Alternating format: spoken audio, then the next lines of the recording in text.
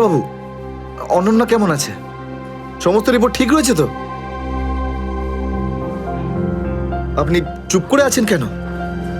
Mister Siddharth, আপনার বোনের cancer আবার ছড়িয়েছে। কি?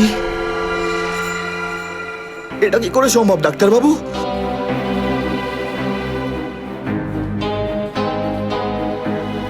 এটা কি করে হতে? সিদ্ধার্থ, এরকমটাই হয়েছে। কিন্তু অনন্যা তো ঠিকই ছিল, তাই না? ওর সমস্ত রিপোর্ট বলছিল যে ওর আর কোনো বিপদ নেই, আর আপনি বলছেন যে আবার? না ডাক্তারবাবু, এটা হতে পারে না। এমনটাই হয়েছে। গত 3 বছর ধরেও বিপদমুক্ত ছিল, কিন্তু এইবার রোগ অনেক বেশি ছড়িয়েছে। খারাপ কিছু ঘটেও যেতে পারে। আপনি কি বলতে চাইছেন ডাক্তারবাবু? এটাই যে তোমার বোন অল্প কয়েকদিনই বাঁচবে। না ডাক্তারবাবু, এরকম বলবেন? ডাক্তারবাবু, ওর জন্য কিছু করুন না ডাক্তারবাবু, কিছু করুন আমার বোনের জন্য প্লিজ। এক্সপেরিমেন্টাল ট্রায়াল আছে, হয়তো এতে ওর প্রাণ বেঁচেও যেতে পারে। হ্যাঁ, তো করুন না এক্সপেরিমেন্ট। আমি কখন আটকালাম? প্লিজ করুন। কিন্তু এই ট্রিটমেন্টে অনেক খরচা হবে। কত? কম করে প্রায় 15 লাখ টাকা।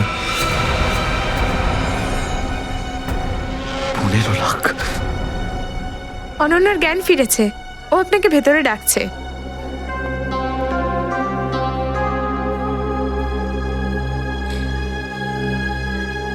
আপনি অনন্যার চিকিৎসার ব্যবস্থা করুন।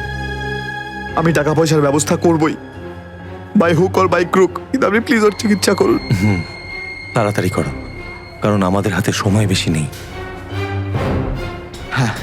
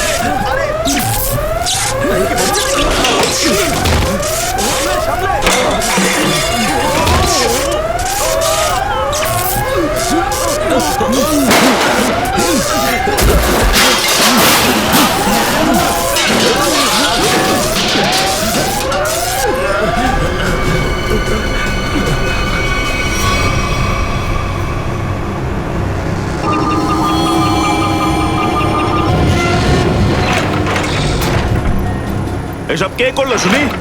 জানি না স্যার, কিন্তু আমাদের সাবমেরিনটা একটু ক্ষতিগ্রস্ত হয়েছে।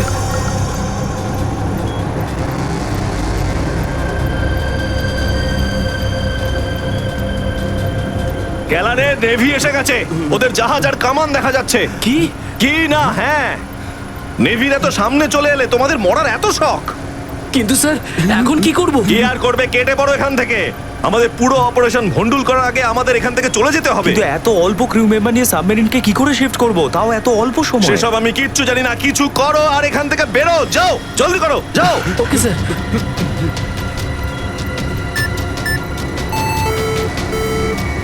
ডেকের উপর আমাদের আরো লোক দরকার।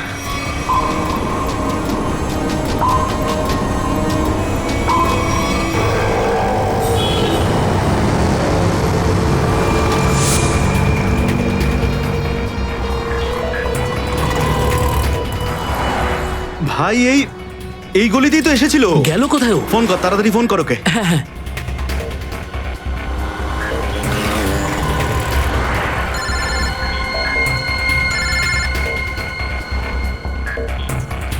কেটে দিচ্ছে, হ্যাঁ, ফোন কেটে দিচ্ছে। আরেকবার চেষ্টা কর, আরেকবার ফোন কর। একে তো কি হয়েছে টনি? বন্ধ বলছে।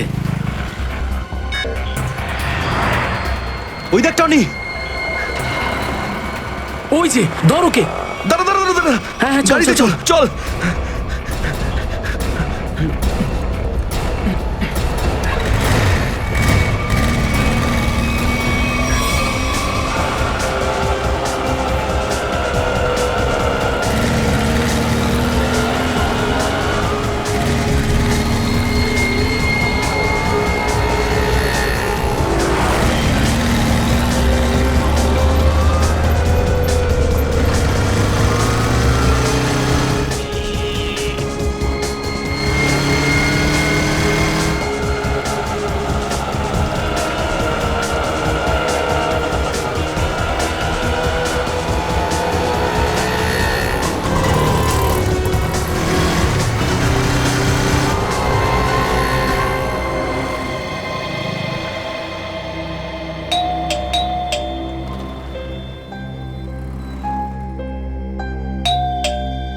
অনন্যা,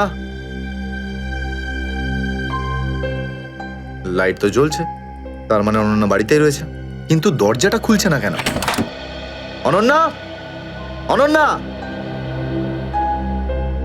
কোথায় গেছে এই মেয়েটা? অনন্যা,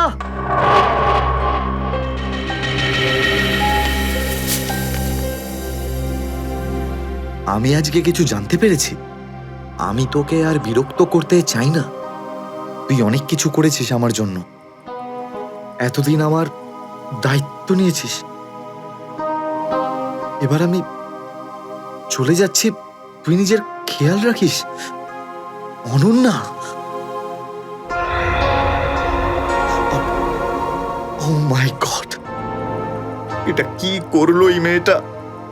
কোথায় খুঁজবো আমি ওকে এবার? কোথায়? অনন্যা, অনন্যা,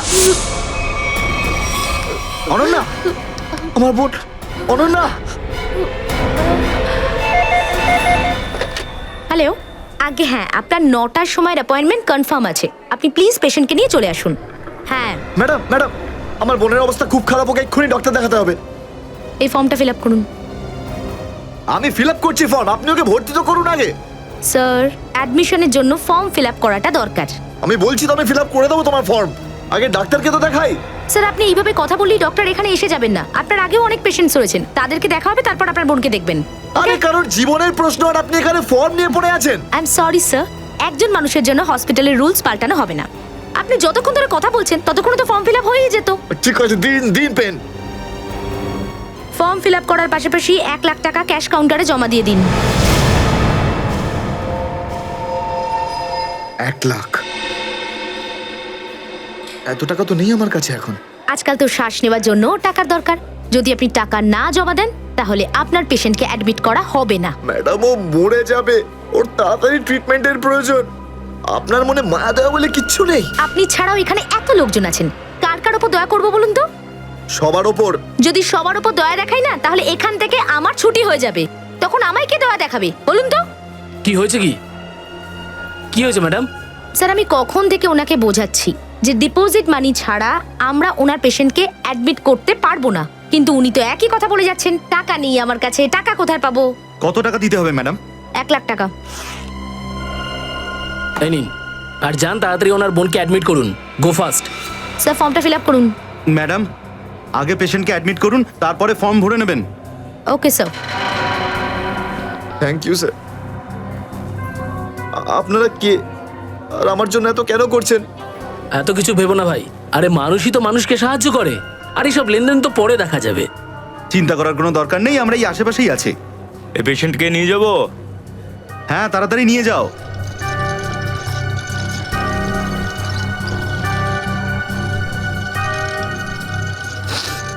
আমি আসছি এক্ষুনি। হ্যাঁ, যাও।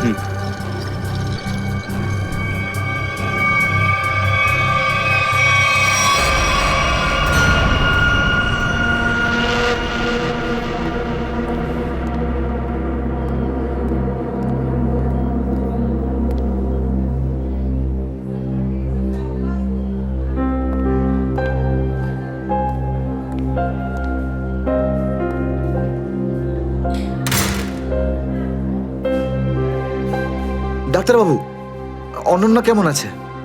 সমস্ত রিপোর্ট ঠিক রয়েছে তো? আপনি চুপ করে আছেন কেন? মিস্টার সিদ্ধার্থ, আপনার বোনের ক্যান্সার আবার ছড়িয়েছে। কি? এটা কি করে সম্ভব ডাক্তারবাবু?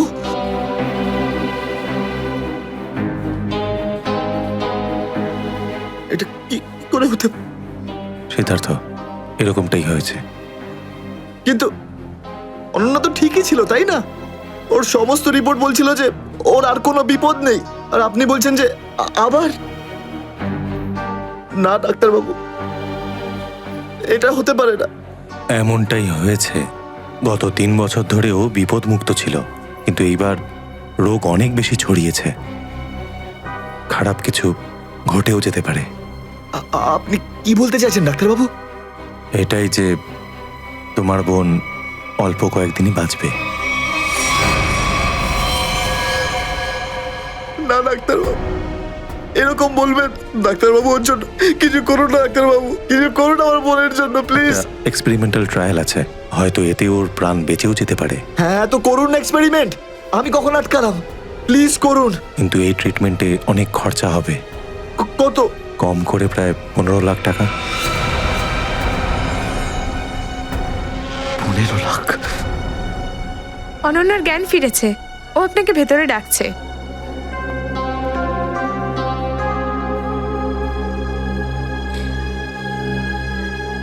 আপনি অনন্যার চিকিৎসার ব্যবস্থা করুন।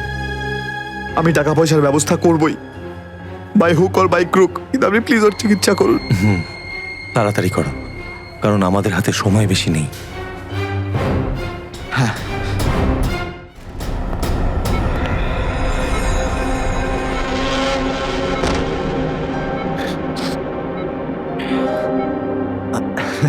আরে অনন্যা, ডাক্তারের সঙ্গে কথা হলো আমার। তুই তো একদম ঠিক আছিস। ব্যাস আর কয়েকদিনে তোকে বাড়ি ফেরত নিয়ে চলে যাবো আমি। তুই না দাদা, এখনো অব্দি মিথ্যে বলতে শিখলি না।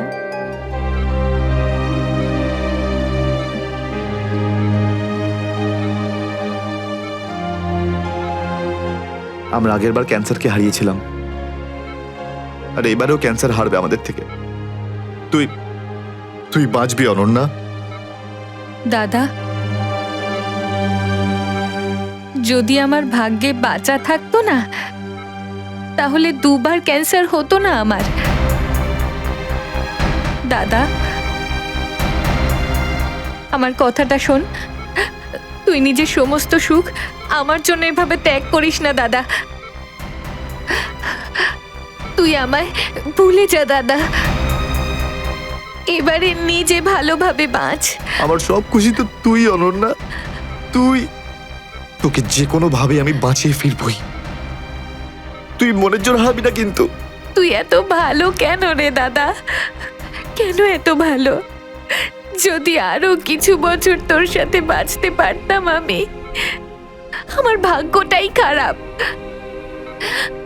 দাদা, তুই আমার জন্য কত কিছু করেছিস। সব সময় তুই আমার কথাই ভেবেছিস। তাই তো নিজের সব টাকা আমার উপর খরচা করে ফেলেছিস। নিজের চাকরিটার পর্যন্ত বেহাল অবস্থা করেছিস। এখন কি নিজের প্রাণ দিয়ে তুই আমায় বাঁচাবি?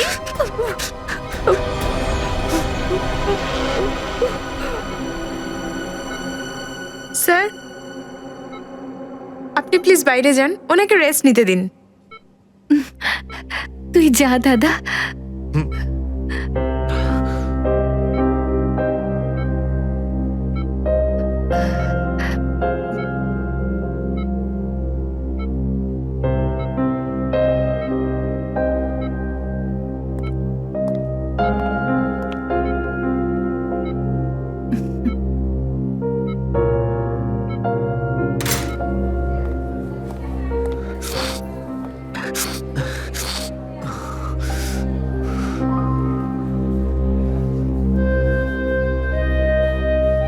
কোথা থেকে আনবো এত টাকা?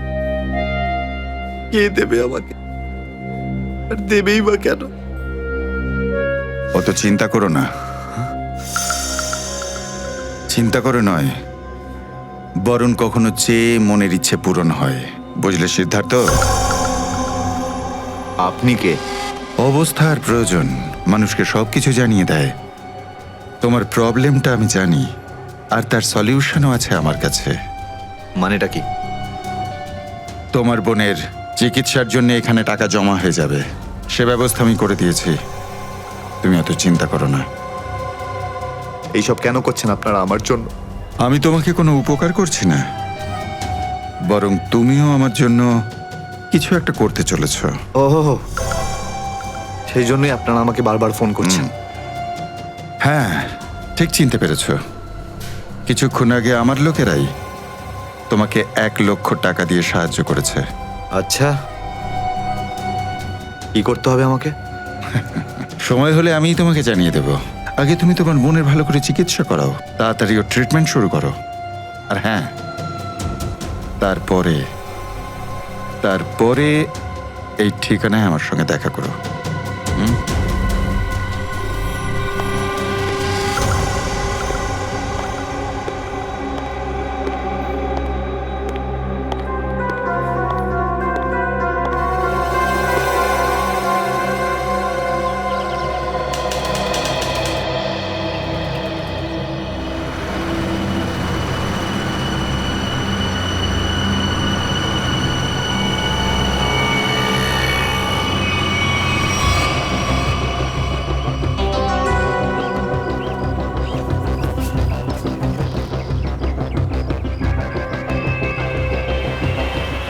স্যার, ওর কাছে দাঁড়াবো?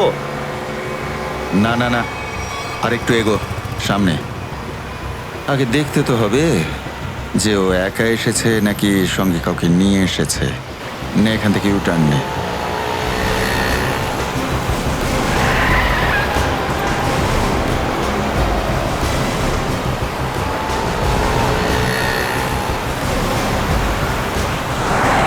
মনে হচ্ছে সঙ্গে আর কেউ নেই।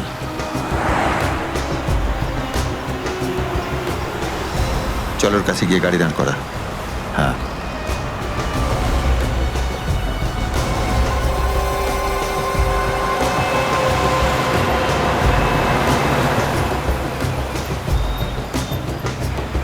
এসো, ভেতরে চলে এসো, তাড়াতাড়ি তাড়াতাড়ি।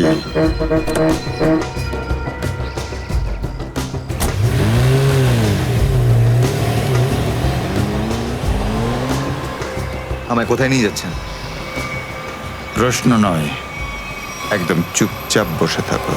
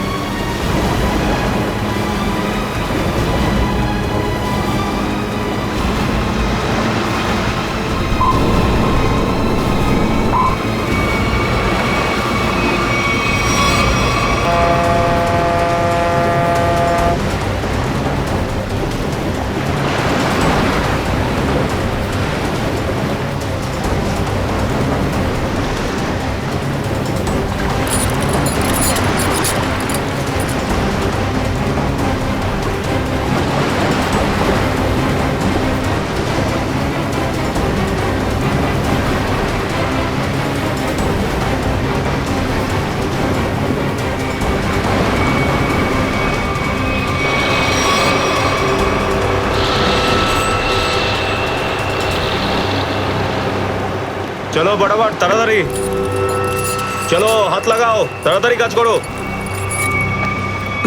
দে জলদি জলদি। এইটুকু কম কাজ করতে কি সারা রাত লাগাবি নাকি? চল আফসার তাড়াতাড়ি। আরে তাড়াতাড়ি কর, চলো ফটাফট কর। তাড়াতাড়ি। আরে চল চল চল, বের করো। তাড়াতাড়ি কর। আরে তাড়াতাড়ি। আরে পাগল, কি করলি তুই? সরি স্যার, হাত থেকে ফসকে গেছে স্যার, ওই তাড়াতাড়ি করছিলাম তাই। তোর এই গাধামোর জন্য আমার কোটি টাকার মাল জলে চলে গেল। আরে এই কেলা রে। Sir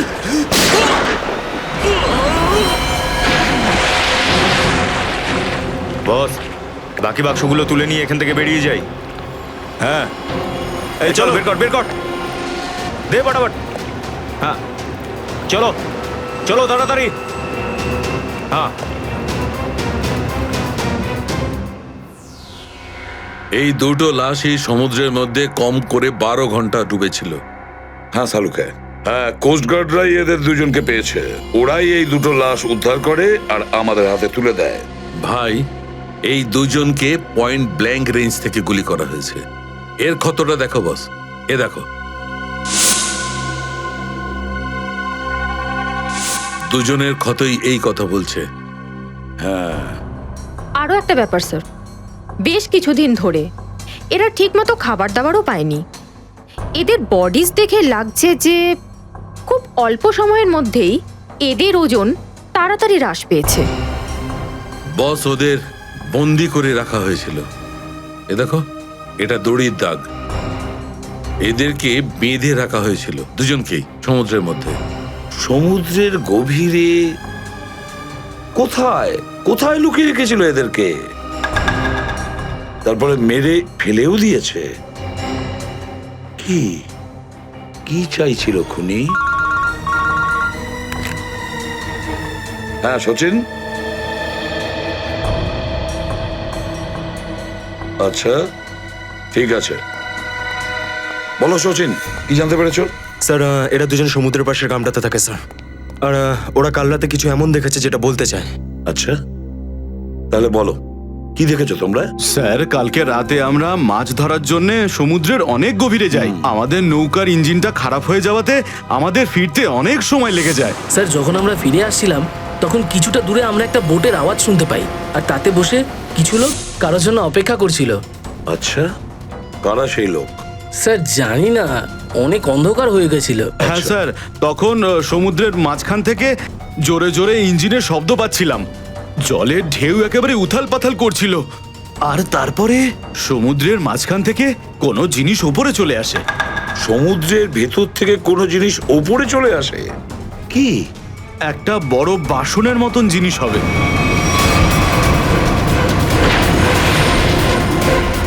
submarine, ডুবোজাহাজ? হ্যাঁ হ্যাঁ, ডুবোজাহাজ। আর ওই বোটটা যখন ডুবোজাহাজের পাশে যায়, আর তখন ওখানে কিছু লোক কাজ করছিল স্যার। কি কাজ করছিল? জানি না স্যার, অনেক রাত হয়ে গেছিল তো দেখতে পাইনি। তখনই আমরা গুলি চলার শব্দ শুনতে পাই। গুলি চালানোর শব্দ? কটা গুলি চলেছে? দুটো গুলি স্যার। ও, দুটো গুলি চলেছে। আর আমরা দুটো লাশও পেয়েছি। আর আমরা ওখান থেকে ভয় পেয়ে পালিয়ে যাই স্যার। স্যার, একটা কথা বুঝতে পারলাম না, সমুদ্রের মাঝামাঝি এই সাবমেরিন কি করছিল? সেটাই তো। আর ওই বোটটায় তাহলে হচ্ছিল কি? স্যার, হ্যাঁ Pankaj? Sir, missing person bureau থেকে দুজন ভিক্টিমের ডিটেলস পাওয়া গেছে। গ্রেট। অমল, মনোজ আর দুজনেই একই দিনে নিখোঁজ হয়েছে। আর স্যার, দুজনেই মেরিন ইঞ্জিনিয়ার্স। হ্যাঁ সেটাই তো, মেরিন ইঞ্জিনিয়ার। সচিন, এটা কোনো কোইন্সিডেন্ট নয়, কোনো সংযোগ নয়, কারণ মেরিন ইঞ্জিনিয়ার্সরা অনেক কিছু কাজ করে সাবমেরিনে, ডুবোজাহাজে। এটা কোনো কাকতালীয় নয়। আর স্যার, ইন্ডিয়ান ওয়াটারে এই ডুবোজাহাজ আসলে কি করছিল? কিছু না কিছু গোলমাল তো আছে, খুব বড় রকমের গোলমাল আছে, খুব বড় রকমের গোলমাল। খোঁজ নিতে হবে ওই ডুবোজাহাজের ব্যাপারে। ইন্ডিয়ান নেভি, ভারতীয় নৌসেনা থেকে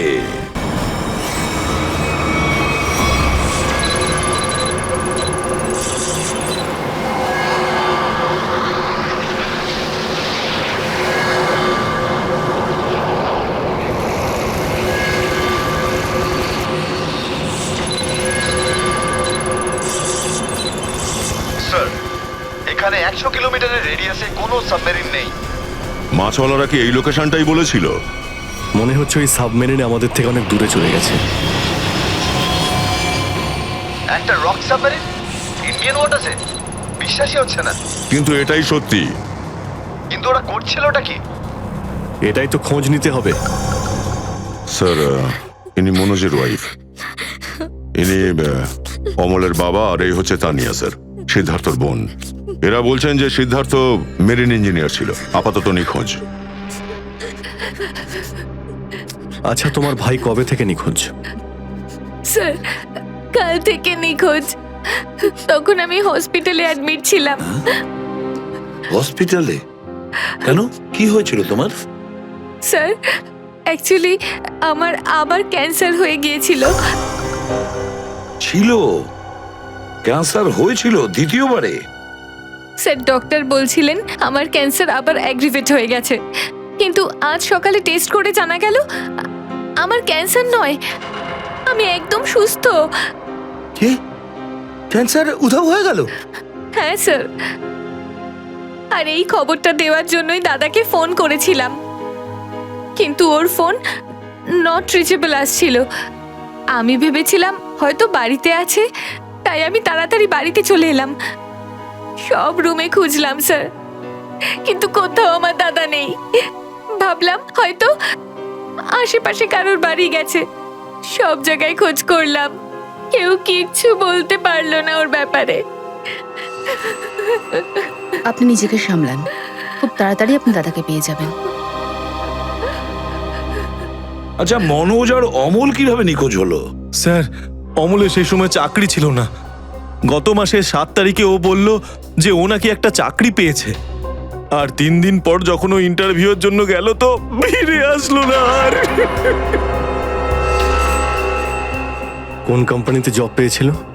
স্যার, সেটা তো জানি না, কিন্তু অমল বলেছিল যে কোনো রিক্রুটিং এজেন্সি আছে, তাদের সোর্সেই এই কাজটা পেয়েছে, আর ইন্টারভিউ সমস্ত ব্যাপারটা জানা যাবে।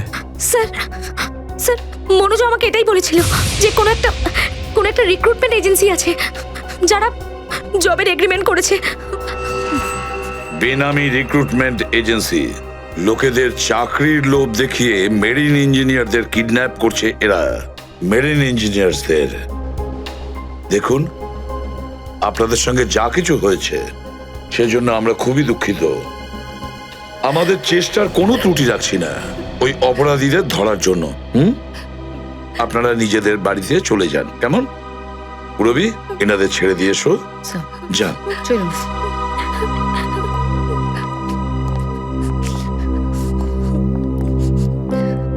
স্যার, হ্যাঁ স্যার প্লিজ স্যার, আমার দাদাকে খুঁজে দিন আপনারা।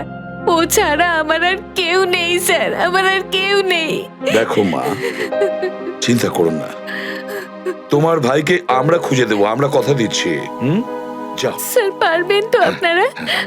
আসুন। Thank you sir.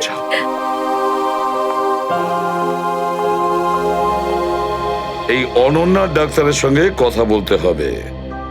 Sir, sir হতে পারে যে সাবমেরিনে প্রচুর টেকনিশিয়ানের প্রয়োজন ছিল, আর সেই জন্যই ওরা এই চাকরির জালটা পেতেছিল। স্যার, এই ডুবো জাহাজটা কোথায় আছে আমরা জানি না স্যার, তাহলে অপরাধীদের আমরা ধরবো কি করে?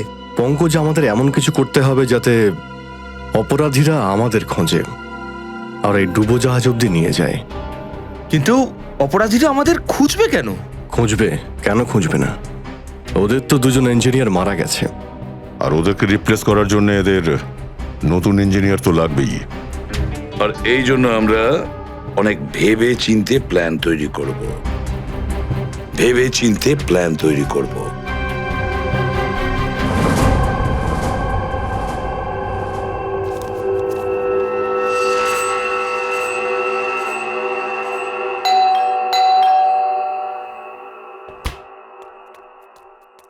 মনে হচ্ছে এসে গেছে।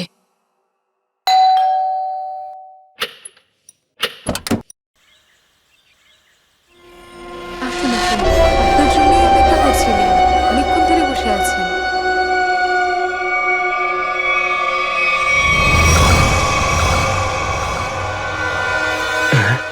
আসুন না, আসুন ভেতরে। অশোক আপনার জন্যই ওয়েট করছিল। Good morning sir, good morning, welcome welcome. Please have a seat sir, বসুন বসুন। আমি আপনাদের জন্য চা নিয়ে হ্যাঁ আসছি। ঠিক আছে। নো থ্যাঙ্কস, আমি চা খাই না।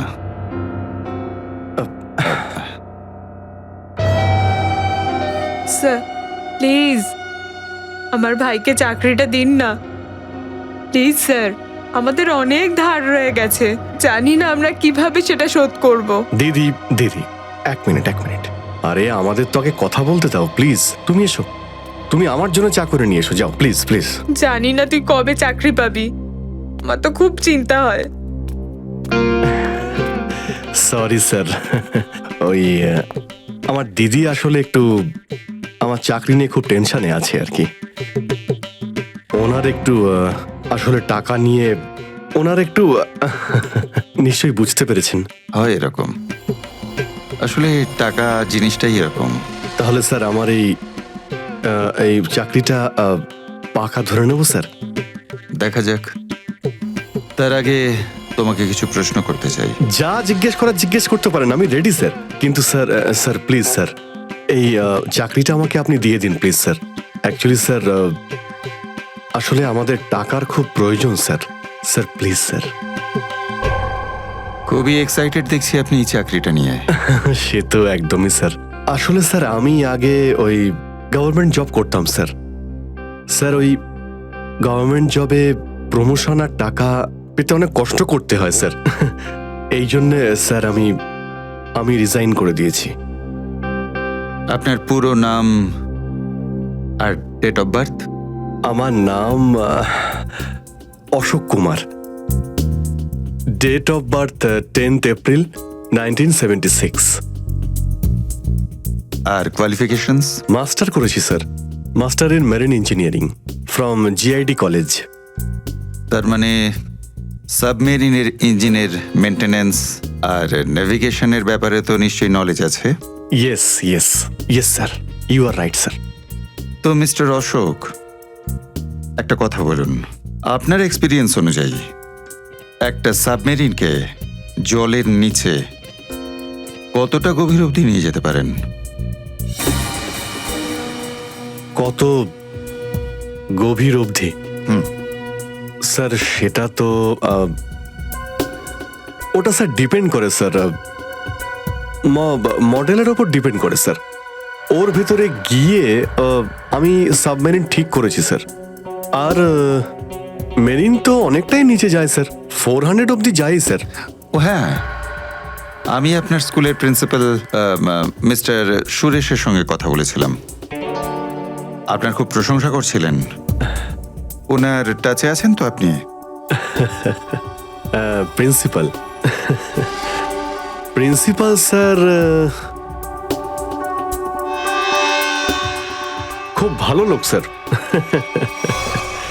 স্যার আমার প্রিন্সিপাল আমার মেন্টরও ছিল স্যার। ওনার নাম স্যার সুরেশ নয়, মহেশ ছিল স্যার। আর স্যার উনি তো 2012-এ রিটায়ার করে গেছেন। আর ওনার পরে হয়তো সুরেশবাবু এসেছেন প্রিন্সিপাল হয়ে, ওটা স্যার আমি ঠিক জানি না স্যার, সেটা আপনি নিশ্চয়ই জানবেন। ওকে মিস্টার অশোক,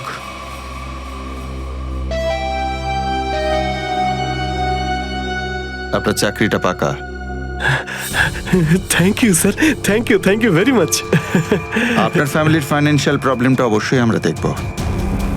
আপাতত এই চাকরিটা 6 মাসের জন্য। ওকে ওকে ওকে। এখানকার রুলস অ্যান্ড রেগুলেশনস আপনি জয়েন করার পর জানতে পারবেন। Of course sir, thank you sir. আর হ্যাঁ, দুপুরে ঠিক 2টোর সময় এই ঠিকানায় আমার সঙ্গে দেখা করবেন। Sure sir, thank you.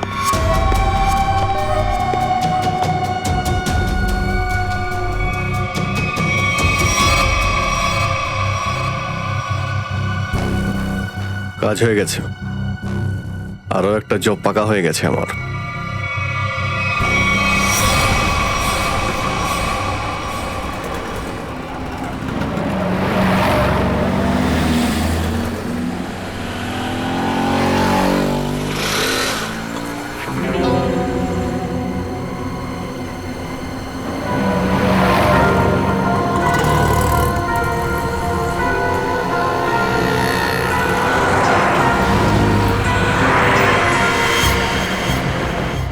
আচ্ছা, খেলা খেলছে আমার সঙ্গে।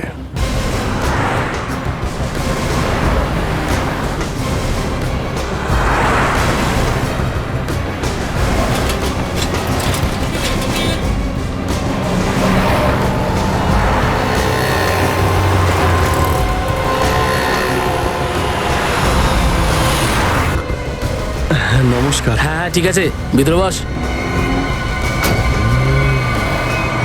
সুশীল, চলো তাড়াতাড়ি, ভালো করো। নমস্কার।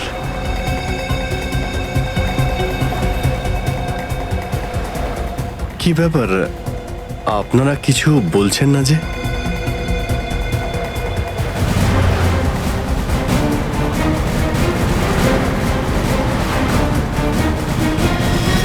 আচ্ছা, আপনারা কি এদের... এই চুপ চুপ চুপ।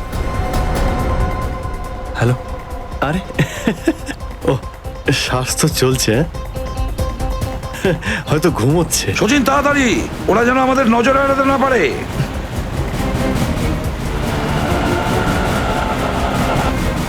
আরে স্যার, আপনি চোখ খুলে কেন ঘুমোচ্ছেন? খুব স্ট্রেস পড়ে চোখের উপরে। আমি এক্ষুনি বন্ধ করে দিচ্ছি। এখন তোরও ঘুমানোর সময় চলে এসেছে। আরে কিন্তু আমি রাতে ঘুমোই, দিনের বেলা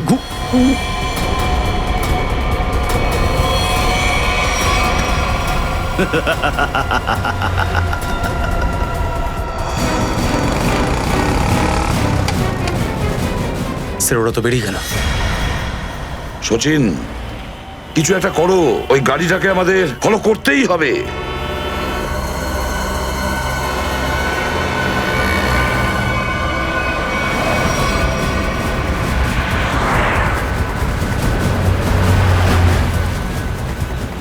গাড়িটা কোথাও দেখতে পাচ্ছি না। সচিন দেখো একটু, দেখো তোমার রাইটে কিছু দেখা যাচ্ছে কিনা। স্যার ওই যে গাড়িটা। ইয়েস, কিন্তু ওরা রাইট সাইডে যাচ্ছে কেন? হ্যাঁ স্যার, এরা ঘুরে গেল কেন? ওদের তো সোজা যাওয়া উচিত ছিল, সমুদ্র তো সামনে। নিখিল, অভিজিৎকে ট্র্যাপ করো ওই জিপিএস এ।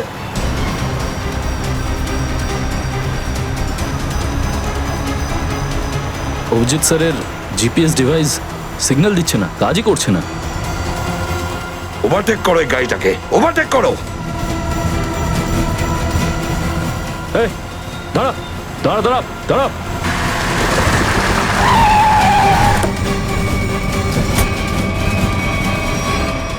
বাঁকড়া সবাই কোথায়? কি হয়েছে? চুপ বল, গাড়ির ভেতরে যারা ছিল তারা কোথায়? স্যার এর মধ্যে কেউ ছিল না। কেউ ছিল না মানে? দেখ, সব সত্যি সত্যি বলে ফেল, নাহলে। সত্যি বলছি স্যার, আমাকে একটা লোক বললো যে সঙ্গমনগর চৌরাস্তার মোড়ে গাড়িটা দাঁড় করিয়ে চলে যেতে। আর আর কি বলেছে? আর তো কিছু বলেনি, এই কাজের জন্য ও আমাকে 5,000 টাকাও দিয়েছে। ওই মেরিন অব্দি পৌঁছানোর একটাই রাস্তা ছিল, আর সেটাও বন্ধ হয়ে গেল। নিখিল, সিআইডির কোনো রাস্তা বন্ধ করা যায় না। যদি একটা রাস্তা কেউ বন্ধ করে, অন্য রাস্তা আমরা তৈরি করি।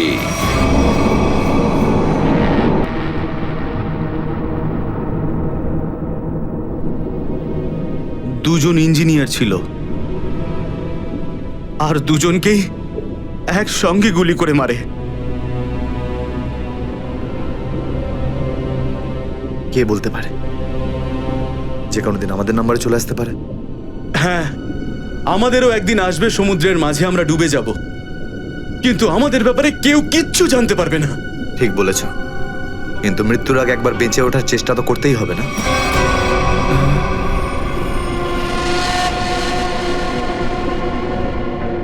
চারদিকে সমুদ্র, সিদ্ধার্থ, আমরা চাইলেও কিছু করতে পারবো না। কোথায় যাবে তুমি? কন্ট্রোল রুমের ভেতরে। কি? হ্যাঁ হ্যাঁ, আমার কাছে একটা প্ল্যান আছে।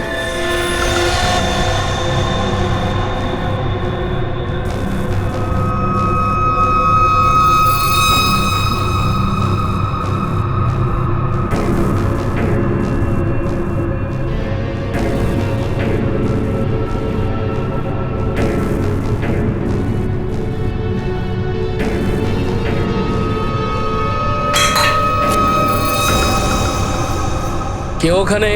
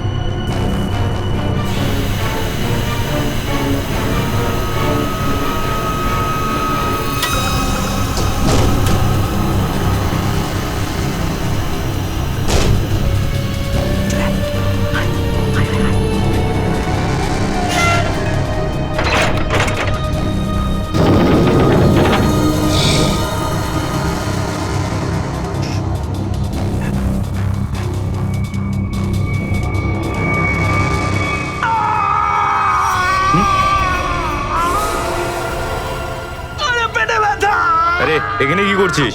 আমার পেটের ভিতরে খুব জোরে ব্যথা করছে। পেটে ব্যথা না নাটক করছিস? সত্যি বলছি, আমার পেটের ভেতরে খুব জোরে ব্যথা করছে। কিছু একটা করো প্লিজ। এই আবার কোথায় গেল? চল, ঠিক আছে ঠিক আছে, চল চল, এদিকে চল।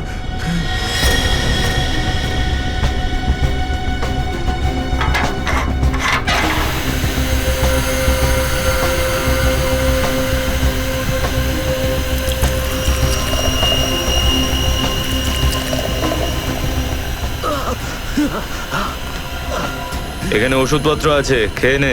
কিন্তু এখানে পেট ব্যথার ওষুধ কোনটা? আরে আমি ডাক্তার নাকি? যা খাবার খা, তারপর ঘরে চলে যা। কিন্তু আমি কি করে জানবো যে এখানে পেট ব্যথার ওষুধ কোনটা? আরে শুনুন, শুনুন না।